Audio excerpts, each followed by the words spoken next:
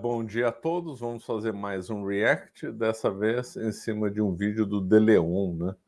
Que tem um canal sobre geopolítica. Aliás, ele tem uns temas muito interessantes, quando ele comenta, por exemplo, da máfia chinesa, da tríade, né?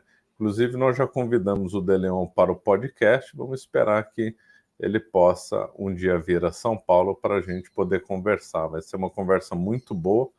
Ele traz assuntos aí bem interessantes no canal dele. E agora ele vai comentar aqui um assunto sobre a capital do Brasil. Vamos lá ver. Tiro muito sarro do Rio de Janeiro, que eu falei agora, se tiver guerra civil, eu venho lutar pelo Rio de Janeiro, tudo. Mas o destino é o Rio de Janeiro ser a capital do Brasil. O destino é esse. O destino é esse. Rio de Janeiro vai voltar a ser. O Brasil vai ter que abraçar, eventualmente, o seu destino atlântico. O futuro do Brasil é o Oceano Atlântico. E para isso vai ser a capital, Rio de Janeiro. Se isso vai ser feito pelo amor ou pela dor, eu não sei. Mas quanto mais o Brasil resistir com essa forma artificial de manter a capital no interior, maior vai ser o peso sobre a população, até um ponto que vai chegar e não vai ser mais sustentável, vai ser um ponto de ruptura. Aí vai... Então ele está comentando que a capital poderia voltar a ser a Rio de Janeiro. Mas antes da gente entrar, ele tocou em um ponto interessante, um ponto, aliás, muito caro para a geopolítica, que é essa vocação do Brasil ser o Atlântico. Isso aí é uma ideia muito antiga, né? Quando não se falava em geopolítica, mesmo na época da independência do Brasil, já se falava nas ligações do Brasil com a África, né? Com Angola, na aliança aí do Atlântico, com as que era então colônia de Portugal ainda, né? Inclusive teve até um movimento pequeno, mas tentando ligar Angola ao Brasil na época da independência. Então essa discussão do Brasil com o Atlântico é bem antiga e até antecede, né, a própria ciência da geopolítica, ou pelo menos quando ela se desenvolveu bastante. Depois, entrando aí na seara mesmo da geopolítica, isso aí teve muitas discussões do Brasil ter vocação no Atlântico. Teve um movimento no século XIX, depois da independência, de querer fazer uma aliança com Portugal e com as então colônias portuguesas da África no Atlântico, fazer voltar de novo uma aliança no Atlântico. No governo dos militares se falou também, né, o grande estrategista nos governos militares era o Golbery do Couto e Silva. Era um grande estudioso de geopolítica. Não estou falando que ele era bom, tinha ideias boas, estou falando que ele era a eminência parda lá do regime militar, o ideólogo e tal, que teve muita influência lá no governo do Geisel, no começo do governo Figueiredo, Castelo e tal, entre os militares, né? Ele tinha muita influência nessa questão de geopolítica. Também falava da questão aí do Atlântico também. Então essa é uma discussão bem longa aí do Brasil sobre a vocação do Brasil no Atlântico. O que se fala do Atlântico? Para o Brasil, segundo essa corrente, o Brasil não ficar buscando alianças no Pacífico ou no Índio. Seria uma vocação no Atlântico Sul, né? Como muitos comentaram no regime militar. Daí o general Ernesto Geisel reconhecer a independência de Angola, o que gerou muita polêmica na época, justamente para tentar aí uma parceria no Atlântico Sul.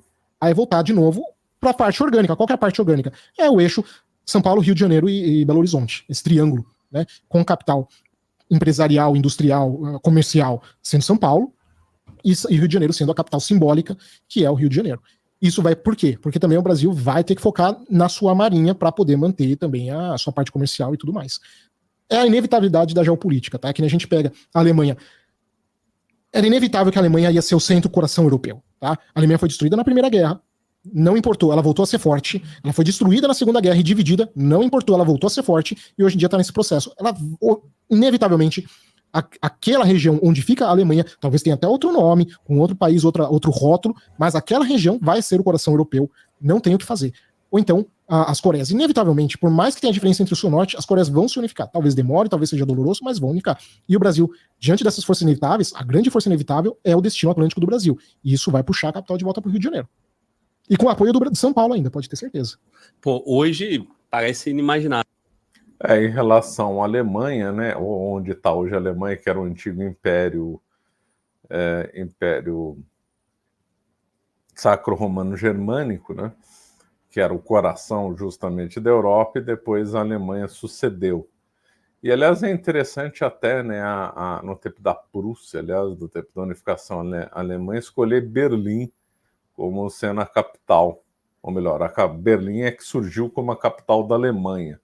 Até então, as regiões centrais ali do Império Sacro-Romano-Germânico eram mais próximas ao Reno, né?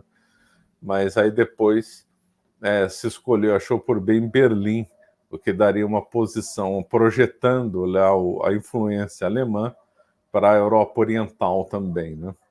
Então, de fato, a Alemanha sempre desenvolveu um poderio muito grande no centro da Europa. E aí deu margem para muitos delírios no tempo do nazismo, né? Como a teoria do centro. Que aí, então, que a Europa estaria, resumindo muito, a Europa estaria no... Quem quiser dominar o mundo tem que dominar a Europa. Quem quiser dominar a Europa tem que dominar o centro da Europa. O centro da Europa é a Alemanha, logo a Alemanha vai dominar o mundo. E delírios assim surgiram na época do nazismo, né? Né? Rio de Janeiro. Não sei se parece tão inimaginável assim, porque se você parar para pensar, o Rio de Janeiro ele foi traído. Sim. Ele era a capital. Veio um presidente com essa promessa de levar para o interior, né, para tentar ocupar o interior. Muita gente não entende que o interior do Brasil ele não é fértil, tá? Apesar do agronegócio ser gigantesco, ele não é fértil. Ele é gigantesco por causa de dois processos que nós tivemos muito fortes na região do Centro-Oeste, que é a terraformação e engenharia genética. Porque o Centro-Oeste, naturalmente, ele não é fértil. A terra do Cerrado, ela é uma terra... Então, antes dele avançar, não sei se ele vai comentar mais sobre a mudança, mas só para não perder o gancho, foi uma ideia totalmente infeliz a mudança da capital do Rio de Janeiro para Brasília. Ou ideia infeliz do Juscelino Kubitschek. Em vez de usar o dinheiro para outras coisas, gastou-se demais em Brasília. Chegou-se no final a levar tijolo de avião, uma coisa completamente delirante. E o interessante, acho que eu já falei em outro vídeo, que o Juscelino teve essa ideia quando ele foi para o Egito, né? Então ele fez uma viagem no Egito quando ele era governador de Minas Gerais, isso aí está na biografia dele. E lá ele ficou encantado com um faraó, que eu não me lembro o nome do faraó, acho que é Akhenaton, né? Se não foi esse, me corrijo. Que mudou a capital do Egito. E ele comenta lá na biografia que isso teria impactado ele quando ele estava lá no Egito, né? Então, foi uma ideia infeliz de levar a capital para lá, que tirou a capital do Brasil do centro, né? Do grande centro do poder, do centro militar, para um lugar completamente escondido. E, aliás, um lugar muito ruim para escolher, porque era um lugar que é muito seco, né? Então tiveram que fazer uma represa e tal. Então tem N problemas com a capital ficar em Brasília, né? Terra ácida. Não era para nascer nada lá. Por que a gente conseguiu fazer isso? Um processo de terraformação que modificou o solo, principalmente a partir dos anos 80, graças principalmente à comunidade japonesa, que conseguiu trazer tecnologia do Japão para o Brasil, e isso mudou essa estrutura de solo, mas tem um preço gigantesco, que é a quantidade colossal de fertilizante que a gente tem que usar, tá? Isso não se aplica do interior paulista para o sul, tá? Você pega do...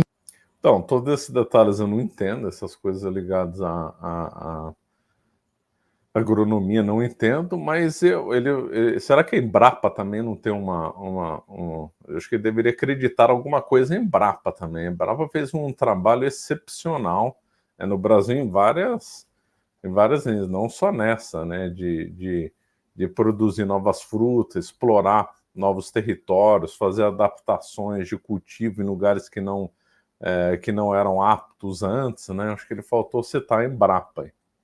Quem for da área de agronomia e quiser comentar lá aqui embaixo, pode, que esse é um assunto interessante, né? Do Centro-Oeste não ser tão fértil quanto o Paraná. Se diz, né? Pelo menos quando eu era criança e jovem, se dizia que as terras mais férteis do Brasil ficavam no norte do Paraná. E que realmente lá no Centro-Oeste precisaria de muita correção do solo, né? Então, quem for da área de agronomia quiser comentar, será muito bem-vindo. Interior paulista para o norte do Paraná já é um outro tipo de solo. Estou falando para cima. Uhum. E aí é um solo fértil, né? Muito bom até que a terra roxa. Mas para o norte, ali, a região do centro-oeste, esse processo de terraformação, somado com a Embrapa investindo principalmente em engenharia genética há muitas décadas. Isso fez com que... Então Mas o destino é... então ele citou Embrapa, porque eu estou vendo um vídeo agora, eu não estou vendo, não é a segunda vez que eu vejo o vídeo, então é por isso que... A força, e não precisava ter criado Brasília, a gente teria ocupado de qualquer jeito Colorado, a região do... É que o Brasil, principalmente parte dos militares, tipo de solo. Tô falando para cima. Uhum.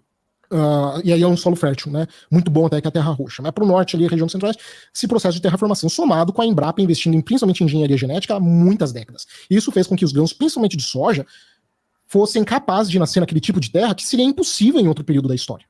Não tem como você plantar alguma coisa ali. Aquela terra não é para plantar. Mas esses dois processos somados transformaram essa região em uma grande produtora agrícola, tá? Então esse processo é que é o responsável pela habitação do centro-oeste, né? Não é a capital brasileira. Brasília foi um custo para o Brasil gigantesco e é um custo artificial. Brasília é uma cidade artificial em todos os sentidos, não só no sentido que ela foi planejada, mas no sentido que não é uma força natural do Brasil.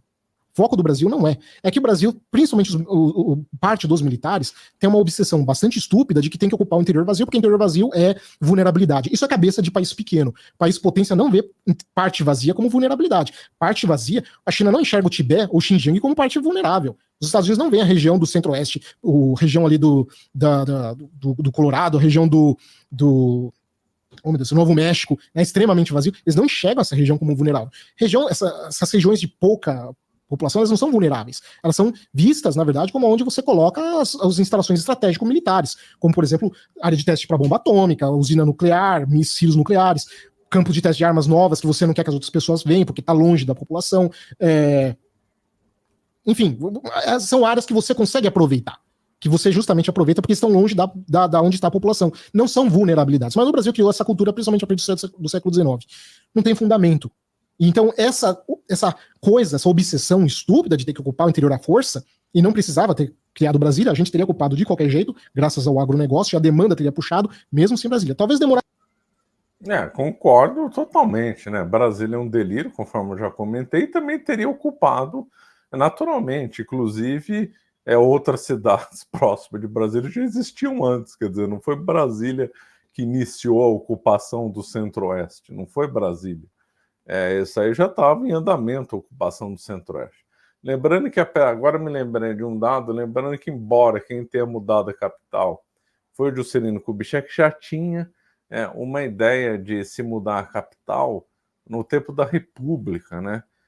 No comecinho lá da República, não lembro em que governo, eles até trouxeram um cientista europeu, se não me engano, chamado Luiz Cruz, que foi lá no centro-oeste brasileiro fazer umas investigações para tentar escolher um bom lugar aí para uma futura capital. Então a ideia de mudar a capital do Brasil não nasceu com o Juscelino, já era uma ideia do começo da República, que aí trouxeram uma equipe de cientistas para estudar lá no centro-oeste, né?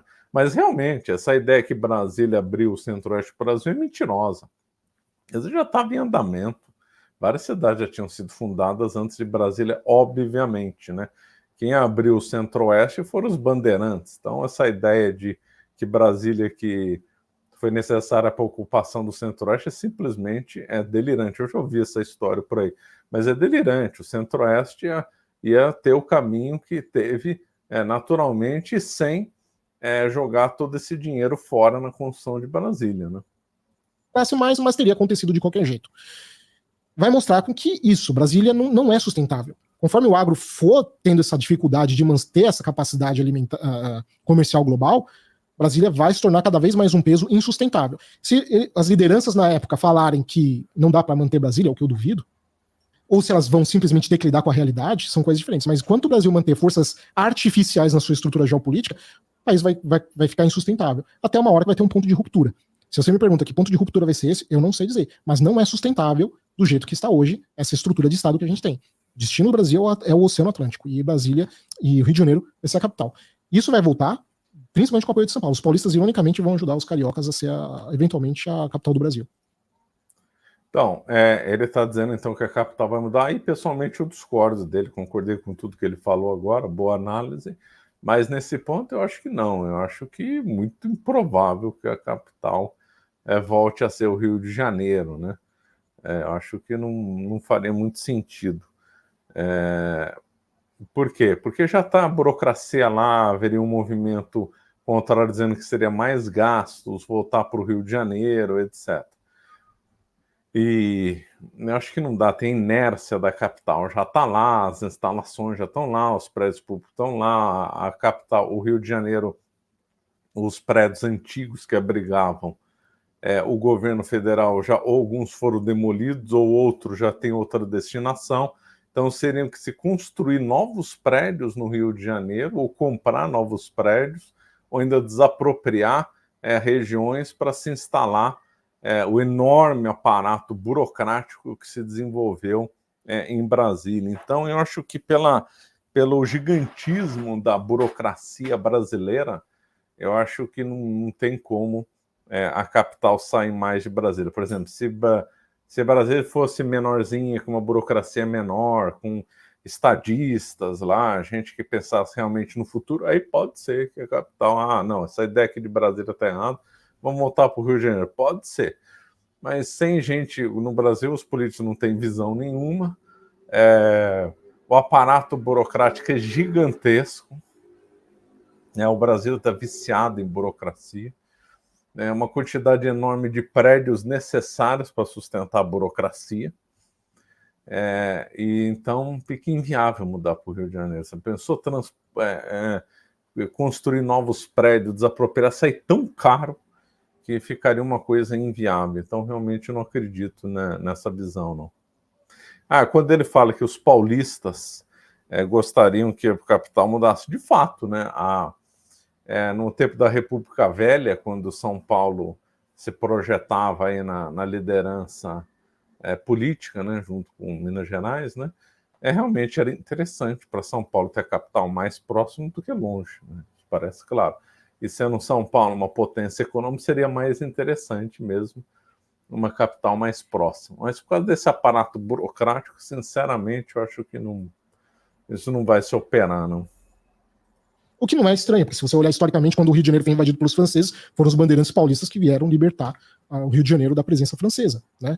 Então, na verdade, a história, né, o mundo muda muito para continuar no mesmo lugar, no final das contas, né? Até teve uma reação do chat, né, com essa tua afirmação do Rio de Janeiro, porque o Rio de Janeiro tem muito problema, né? Isso aí seria um impeditivo? Teria que arrumar primeiro o Rio de Janeiro para trazer a capital? Ou a vinda da capital para o Rio, o retorno da capital para o Rio, já traria força suficiente para resolver esses problemas internos do Rio? Mas o Rio de Janeiro tem esses problemas porque foi porque isso. Porque a capital saiu, concordo. Porque foi essa traição. Os cariocas foram traídos pelo governo federal. Foi esse o problema. Que basicamente tiraram quando você jogou Brasília, uma das vantagens das elites brasileiras, das elites políticas, foi o fato de que, como Brasília está muito longe dos grandes centros urbanos, é muito mais difícil você cobrar político. Para você fazer lá uma manifestação, qualquer coisa de pressionar político, você tem que fazer carreata para ir para lá. Isso dificulta pra caramba a fato do governo ter que fazer prestação de contas para a sociedade. Então isso jogou uma situação no Rio de Janeiro que você pode ver. Aqui no Rio de Janeiro, você tem uma presença do governo federal muito grande, tem muito prédio do governo federal. São Paulo não tem. Mais até que Brasília. Sim, de certa forma, São Paulo não tem. São Paulo nem lembra que existe governo federal. Nem lembra, sabe? Se você olhar o que tem de governo federal, é muito pouco. Só na hora de pagar a conta, né? E lembra. Mas a gente não tem essa presença em São Paulo. Agora o Rio de Janeiro tem. Por quê? Isso é verdade, é uma verdade histórica, né? Então, quando foi proclamada, primeiro uma verdade, mesmo antes da República, mas isso era uma realidade do Brasil inteiro. Existe uma lenda que o governo português, o Estado do Brasil, sob o controle de Portugal, era centralizado. Isso é lenda, né? Já vi isso em muita história, uma coisa completamente contra a história e os fatos. O Brasil era extremamente descentralizado. Mas olha o tamanho do território, não tinha como Portugal centralizar tudo. Então havia muitas autonomias regionais e locais. Haja vista que quando São Vicente foi fundado, logo depois se formou, se não me engano, a primeira Câmara de Vereadores das Américas é de São Vicente, antes mesmo das cidades espanholas estabelecerem suas câmaras, né? Então, já para tentar fazer um autogoverno no local que ficasse, que resolvesse as coisas sem depender de Portugal. E aí isso em todas as regiões aí do Brasil eram assim. Quando veio o advento da República, a República manteve uma forte autonomia para os estados. Os estados antigamente eram chamados de capitanias, depois províncias, depois estados, né? O nome original seria capitania, que aliás é bem mais bonito capitania do que estado, né? Então, aí depois da formação dos estados, a política da República Velha era de alta descentralização, né? E São Paulo sempre gostou dessa descentralização, sempre São Paulo foi cioso dessa sua autonomia em relação ao poder central, tentar resolver os assuntos, crescer sem depender do governo federal. Essa é uma característica típica de São Paulo. Como São Paulo cresceu muito, enriqueceu, então nunca precisou muito de repasse federal. Então é que boa parte das melhores estradas de São Paulo são estaduais, não federais.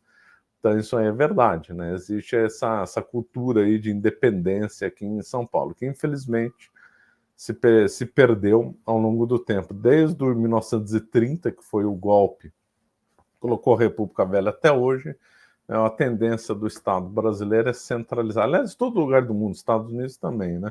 É a mania de centralizar, é a mania de burocratizar, é a mania de tolher liberdades. Todo Estado do mundo é assim. Essa é a grande pergunta. Por que existe uma presença tão grande do governo federal no Rio de Janeiro, se aqui não é a capital?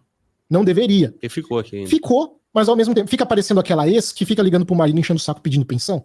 Né? Vamos falar um monte pra mim agora. Mas enfim, vou falar um monte. Mas você entendeu? Fica parecendo aquela coisa que fica meio que enchendo o saco, né? Não vou falar nem pensando no cara, mas fica enchendo, a ex que fica enchendo o saco do cara pra ele voltar e tudo mais. Porque lamento, mas o Rio de Janeiro não conseguiu se livrar do governo federal para poder andar com as próprias pernas, ao mesmo tempo que o governo federal não consegue abandonar o Rio de Janeiro, porque aqui é a capital orgânica do Brasil. Ele também não consegue, então fica uma coisa, não vai nem lá nem cá. Então, assim, eventualmente isso vai levar a geopolítica inevitável. Pode demorar. Curiosamente, que odiava Brasília era o João Goulart, né? O presidente da época do golpe de 64. Ele odiava Brasília, ele gostava do Rio de Janeiro, e de fato a capital, ou melhor, a capital de fato era o Rio de Janeiro no tempo do João Goulart. Ele despachava, ele resolvia lá. Quando houve o golpe, então, no dia 31 de março, as tropas do então general Olímpio Mourão foram em direção ao Rio de Janeiro, que não era a capital direita, era Brasília. Por que foram no Rio de Janeiro? Porque o João Goulart estava lá, ele gostava de despachar do Rio de Janeiro, e não de Brasília, né? Aliás, em breve nós vamos lançar um curso sobre o regime militar, e a partir do dia 4, agora de março, nós teremos aí algumas lives e alguns vídeos especiais voltados aí para esse tema, né? Já que eu fazer 60 anos, né, do golpe militar. O golpe militar foi dia 31 de março de 1964, então no mês que vem vai fazer, então, 60 anos de golpe militar.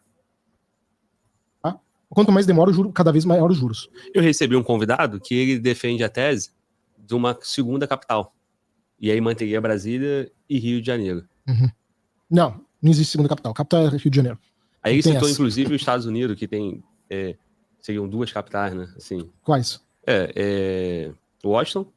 E qual é a outra, mano? Não sei. Não lembro. Nova York?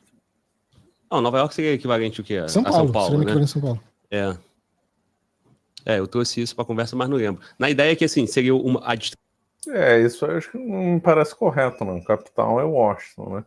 Talvez tenha havido essa confusão, porque Washington também era conhecido como Federal City, né? Então talvez a pessoa leia Washington Federal achando que teria uma outra capital, né? Mas pelo que eu saiba, né, é Washington, mas que em algum momento, ou informalmente, também foi conhecido como Federal City, né?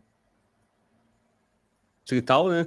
E uma segunda capital com um papel complementar, vamos dizer assim, né? Uhum. Mas não sustenta de qualquer jeito essa habitação de você ter... E também, né,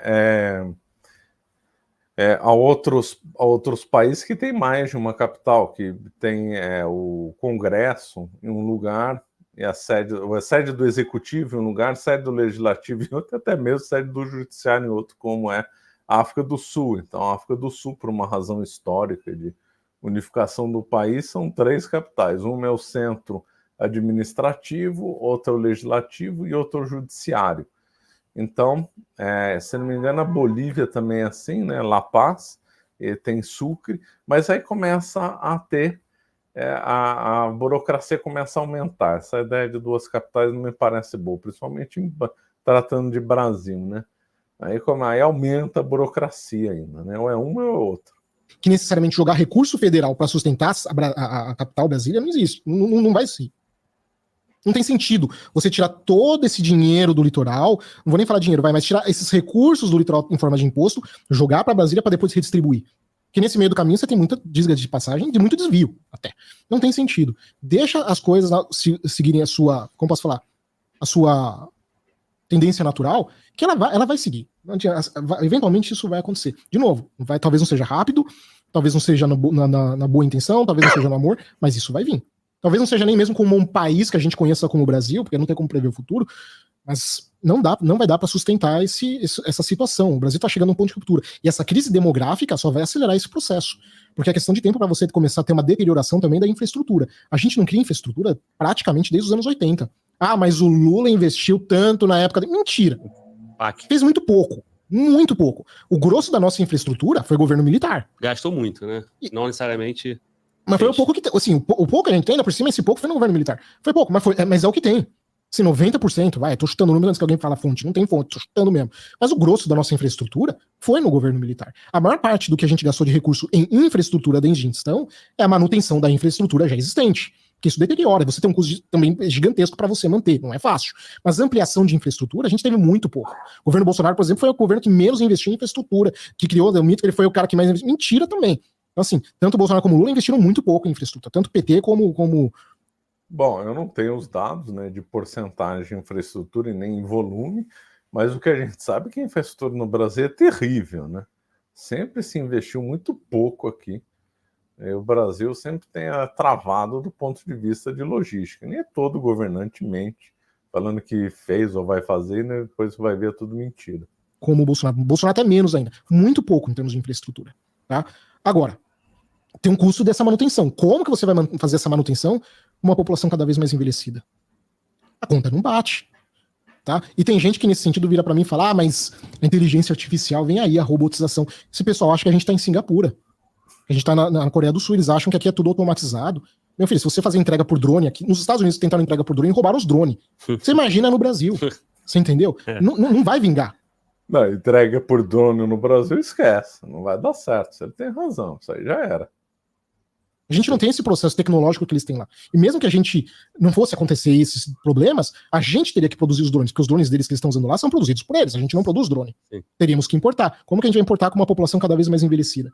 É um problema enorme. A bomba que vem, o pessoal não tem ideia. O Brasil tem uma bomba demográfica, né? Quer dizer, na realidade, esse termo bomba demográfica se usava no sentido de explosão demográfica, melhor dizendo, mas eu acho que não era usado bomba demográfica. Era a típica conversa de anos 80, o Brasil estaria crescendo mais do que poderia suportar a economia, ia gerar um conflito porque as famílias teriam muitos filhos e não iam suportar e tal, a chamada bomba demográfica, ou explosão demográfica, que seria negativa para o Brasil. Quer dizer, puro delírio, né? Uma visão completamente delirante. Hoje nós estamos vivendo um problema, assim que é grave, que é a falta de gente. Ou seja, as famílias, as mulheres não querem ter mais filhos, né? A taxa de natalidade está diminuindo muito, está abaixo da reposição, a reposição é 2,1, o Brasil está abaixo de 2,1, os Estados Unidos, que historicamente crescia menos, tinha menos filho por mulher que o Brasil, hoje tem mais filhos por mulher que o Brasil, né? Então, nós vemos aí que o Brasil está com um problema grave demográfico, como a China está, como a Coreia do Sul está e outros países da Europa também estão. E o Brasil está passando por isso, ou vai piorar ainda mais, né, melhor dizendo. Crise demográfica vai atingir todos os países, tá? Inclusive os africanos, que estão com uma demografia, que estão com uma natalidade alta, mas eles também estão caindo muito rápido, tá? Então eles também vão ser atingidos. Mas essa crise demográfica vai ser a maior crise da história da humanidade pós-período Revolução Industrial. O mundo vai ser dividido no futuro, nos séculos futuros, entre antes e depois dessa crise. Não é pouca coisa.